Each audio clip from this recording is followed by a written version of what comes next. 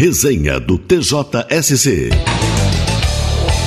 Olá, começamos neste ponto mais uma edição da Resenha da Semana, reunindo as principais notícias que trouxemos aqui, participação da reportagem do TJSC Rádio e também vamos trazer, como sempre, a entrevista da semana.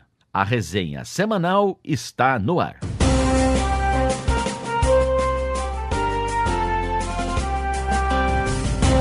Oficiais da infância e juventude reúnem-se para debater questões relativas à área. O Tribunal de Justiça, através da Coordenadoria Estadual da Infância e Juventude, em parceria com a Academia Judicial, promoveu o 4º encontro de oficiais da Infância e Juventude do Poder Judiciário Catarinense.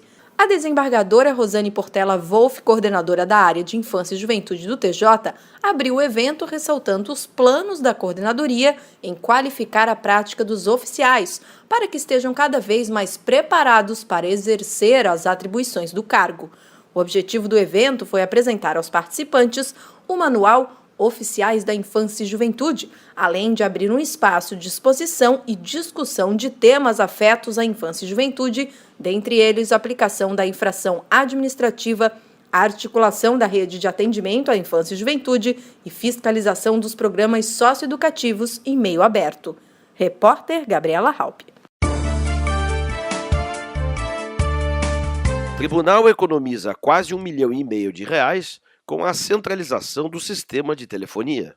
Desde 2015, 100% das comarcas utilizam o VoIP, transmissão de voz sobre a rede de comunicação de dados. A vantagem desse sistema é que não há gastos nas ligações interurbanas entre todas as unidades jurisdicionais. O WhatsApp e outros aplicativos popularizaram esse sistema de comunicação, com o envio de mensagens de áudio via internet sem nenhum custo.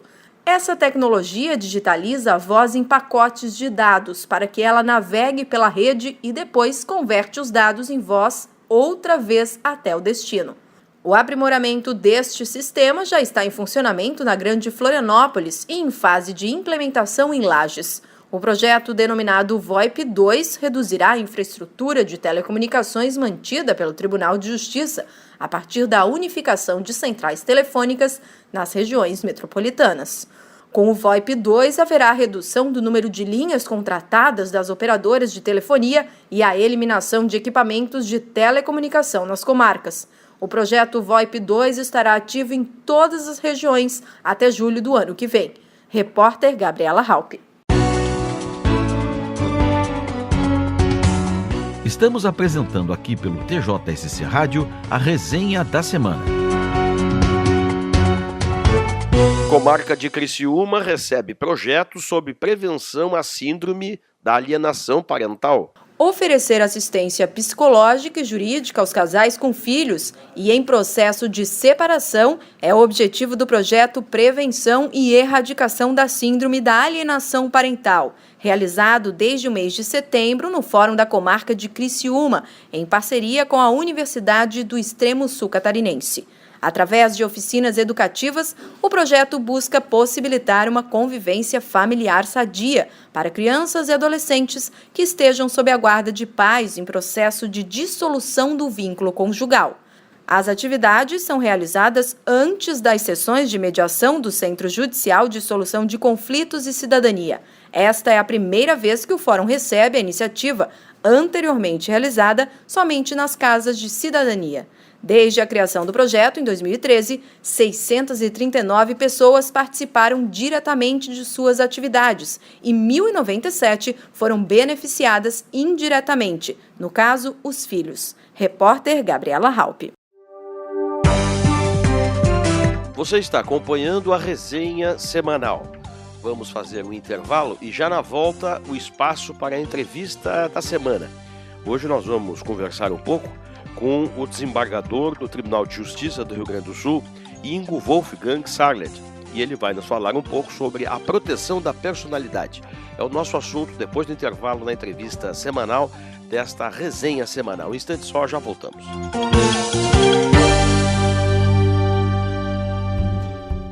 Que tal resolver os seus conflitos na Justiça de forma rápida e eficiente?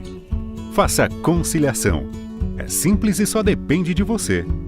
Todo mundo que tem um processo na justiça pode tentar resolver o problema de forma negociada. Basta ir até uma unidade do judiciário mais perto da sua residência e procurar o setor de conciliação. Lá, diga que tem um processo na justiça e quer conciliar. Para mais informações, acesse o endereço eletrônico do Conselho Nacional de Justiça, cnj.jus.br/conciliação. E encontre os locais e contatos dos núcleos de conciliação do seu estado. Entrevista da semana. Muito bem, esta agora é a vez da entrevista da semana dentro da nossa resenha semanal. Hoje vamos ouvir a entrevista que fizemos com o desembargador do Tribunal de Justiça do Rio Grande do Sul, Ingo Wolfgang Sarlet. Ele vai nos falar sobre a proteção da personalidade. Eu lhe pergunto de pronto, o que é a proteção da personalidade? Quando se fala em proteção da personalidade, no fundo está-se, ao fim e ao cabo, está-se falando da proteção de dimensões, de aspectos relativos à própria dignidade da pessoa humana, do ponto de vista individual. E é claro que o que são de personalidade também foi objeto de uma evolução e de uma construção no âmbito do direito civil e também constitucional, porque os direitos de personalidade hoje são, em geral, também reconhecidos não mais apenas na esfera civil, infraconstitucional, mas também na esfera constitucional, justamente pela sua essencialidade para a proteção do ser humano de diversas dimensões, digamos assim, da projeção e exercício, digamos assim, relativos à pessoa. A personalidade vem de proteção da pessoa. E é claro, temos aqui a identidade pessoal, direito à integridade pessoal, corporal, física, temos o direito ao livre desenvolvimento da personalidade, à honra, à imagem, o direito ao nome, enfim, é um leque hoje bastante diferenciado. Então isso, digamos assim, seria a proteção da personalidade, seus diversos aspectos. E não é um rol fechado, o que se entende é que podem ser identificadas novas manifestações, novas carências que podem exigir a proteção, justamente porque tem uma proteção integral da dignidade da pessoa humana sempre nos seus novos contextos. O assunto da personalidade, desta proteção, envolve o direito ao esquecimento. Nós estamos falando do que exatamente? O direito ao esquecimento se tornou, na verdade, um rótulo, é um nome, que se dá a alguns fenômenos no campo do direito. Ao fim e ao cabo, se trata de uma nova dimensão que tem sido associada com esse rótulo à proteção da personalidade, especialmente em face da liberdade de expressão de informação e eventual abuso no exercício da liberdade de expressão e informação, ou se não for um abuso, pelo menos dos seus limites, quando se trata então de equacionar a proteção da personalidade em face da liberdade de expressão e lhe colocar alguns limites. Basicamente essa temática em torno da qual gira esse novo nome do direito do esquecimento. Portanto, na verdade, o fenômeno é antigo, o embate entre liberdade de expressão, seus limites e a proteção da personalidade é muito mais antigo. Já vem até do final do século XIX, de onde já vieram as primeiras decisões a respeito disso. Mas o rótulo de direito do esquecimento também está associado a novas dimensões, novas refrações da proteção da personalidade no ambiente digital da internet. Embora haja casos mais antigos, não ligados à internet, ele se tornou mais popular e mais disseminado, e de repercussão, portanto, mais aguda, não só no meio jurídico, mas também em outros meios, recentemente na era digital. Por que isso? Porque uma coisa é se divulgar pela rede de televisão, por um jornal convencional, uma notícia, enfim, que possa ser inverídica, ou se mesmo que for verídica, mas ela passa ao longo dos anos sem inconveniente, gerar um constrangimento para a pessoa perante uma esfera pública. Na verdade, o direito do esquecimento tem a ver com a não mais confrontação da pessoa com alguns fatos do seu passado, ou notícias relativas ao seu passado, sobre ela, nem sempre fatos, mas também notícias, veiculação de opiniões e outras situações, e também, portanto, a inibição do acesso a essas informações por terceiros, pela coletividade. Desembargador, nós vamos fazer um rápido intervalo. Nós estamos aqui conversando com o desembargador do Tribunal de Justiça do Rio Grande do Sul, Ingo Wolfgang Sarlet, e estamos falando expressamente sobre a proteção da personalidade. Depois do intervalo, a sequência desta entrevista aqui na Resenha Semanal. Você já ouviu falar em jurado voluntário? Essa é a denominação usada ao cidadão que se inscreve voluntariamente para participar de um julgamento no tribunal do júri. Os jurados representam a sociedade da qual fazem parte e, dentro de um processo, decidem em nome dos demais. A função do jurado é tomar a decisão com base na lei e na situação de cada processo, de maneira individual. O Poder Judiciário de Santa Catarina conta com a sua colaboração.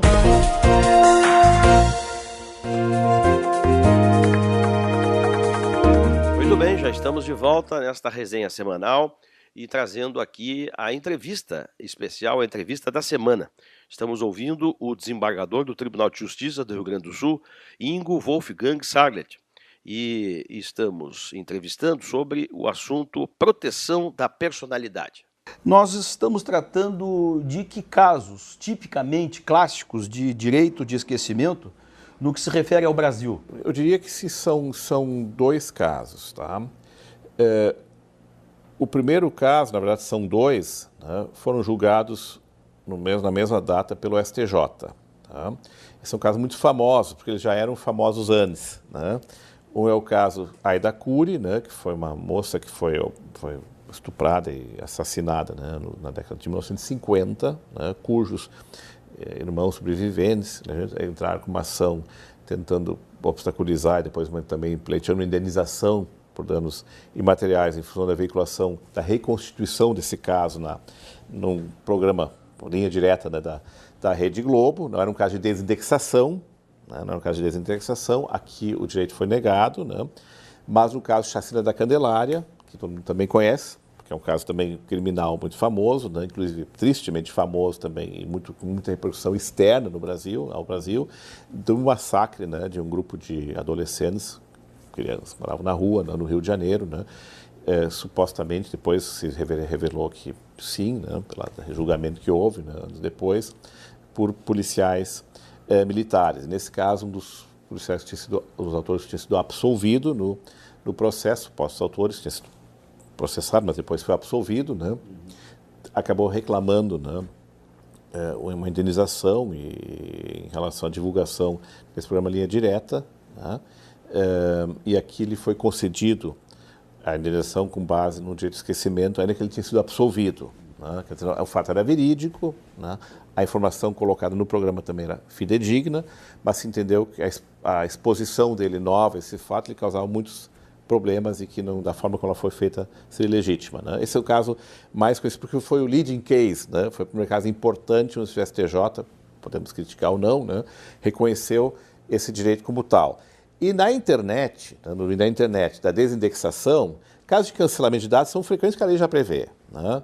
Aplicando o Marco Civil da internet, mas um reconhecimento de uma desindexação, o direito à desindexação, o STJ vinha negando, ainda com votos isolados, mas prevalentemente negando esse direito à desindexação desde 2012, quando houve o famoso caso Xuxa, né?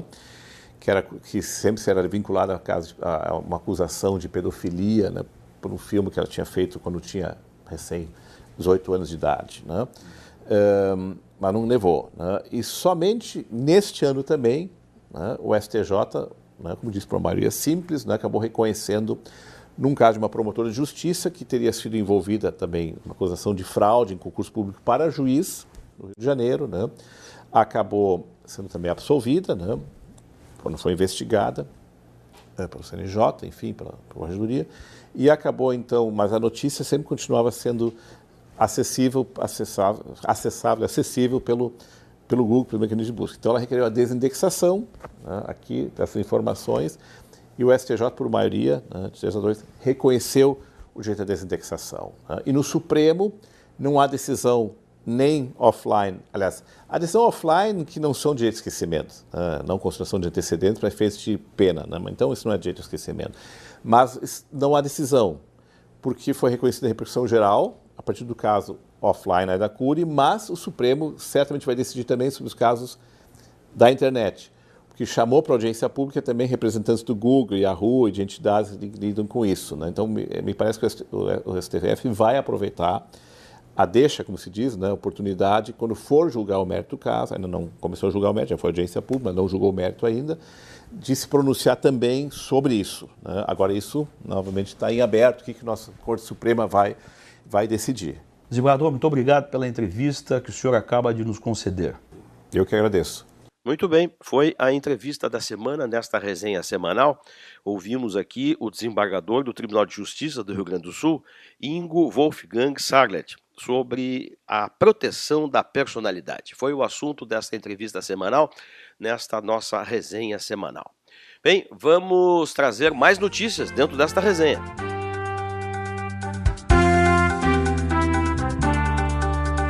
Com o novo sistema EPROC, processos de comarca de Biguaçu terão tramitação mais ágil. Para dar mais agilidade à tramitação de processos eletrônicos, o Tribunal de Justiça ampliou o sistema EPROC para a comarca de Biguaçu.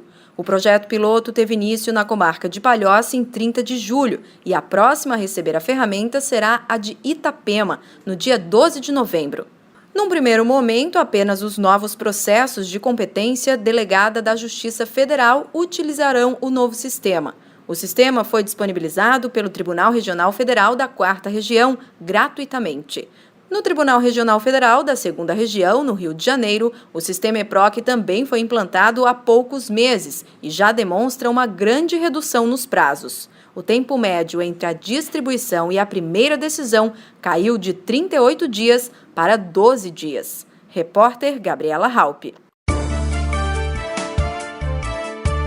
O Tribunal de Justiça diz que o uso de área comum para suprir falta de vaga de garagem não configura esbulho. A 2ª Câmara de Direito Civil do TJ confirmou sentença que negou o pedido de reintegração de posse de garagem a donos de apartamento.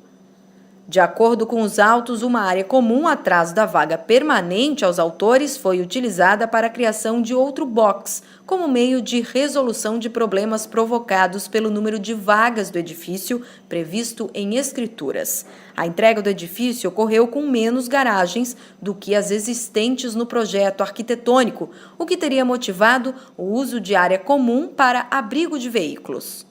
O desembargador João Batista Góes Ulisseia, relator da matéria, reconheceu que a entrega do edifício ocorreu com menos vagas do que as previstas. Contudo, não ficou provado que as mudanças aprovadas em assembleia teriam prejudicado os proprietários da vaga. Não ficou demonstrado o esbulho imputado ao condomínio. A votação foi unânime. Repórter Gabriela Halpe.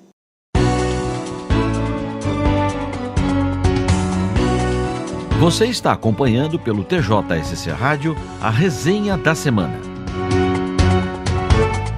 O Tribunal de Justiça amplia a indenização à idosa que teve pedido de cirurgia negado pelo plano de saúde. Com 81 anos de idade, portadora de disfunção renal crônica, uma senhora que teve uma angioplastia de urgência negada pelo plano de saúde na Grande Florianópolis será indenizada por danos morais em R$10 mil. 7 mil a mais do que havia sido decidido na Justiça de primeiro grau. A decisão da 6ª Câmara Civil do Tribunal de Justiça, sob a relatoria do desembargador Stanley da Silva Braga, não atendeu ao recurso da operadora de plano de saúde, que alegou a falta de exames de imagem para não autorizar o procedimento cirúrgico. Os desembargadores deram provimento ao recurso da idosa e majoraram o dano moral que passou de 3 para R$10 mil, em função do sofrimento no momento de fragilidade. A decisão foi unânime. Repórter Gabriela Halpe.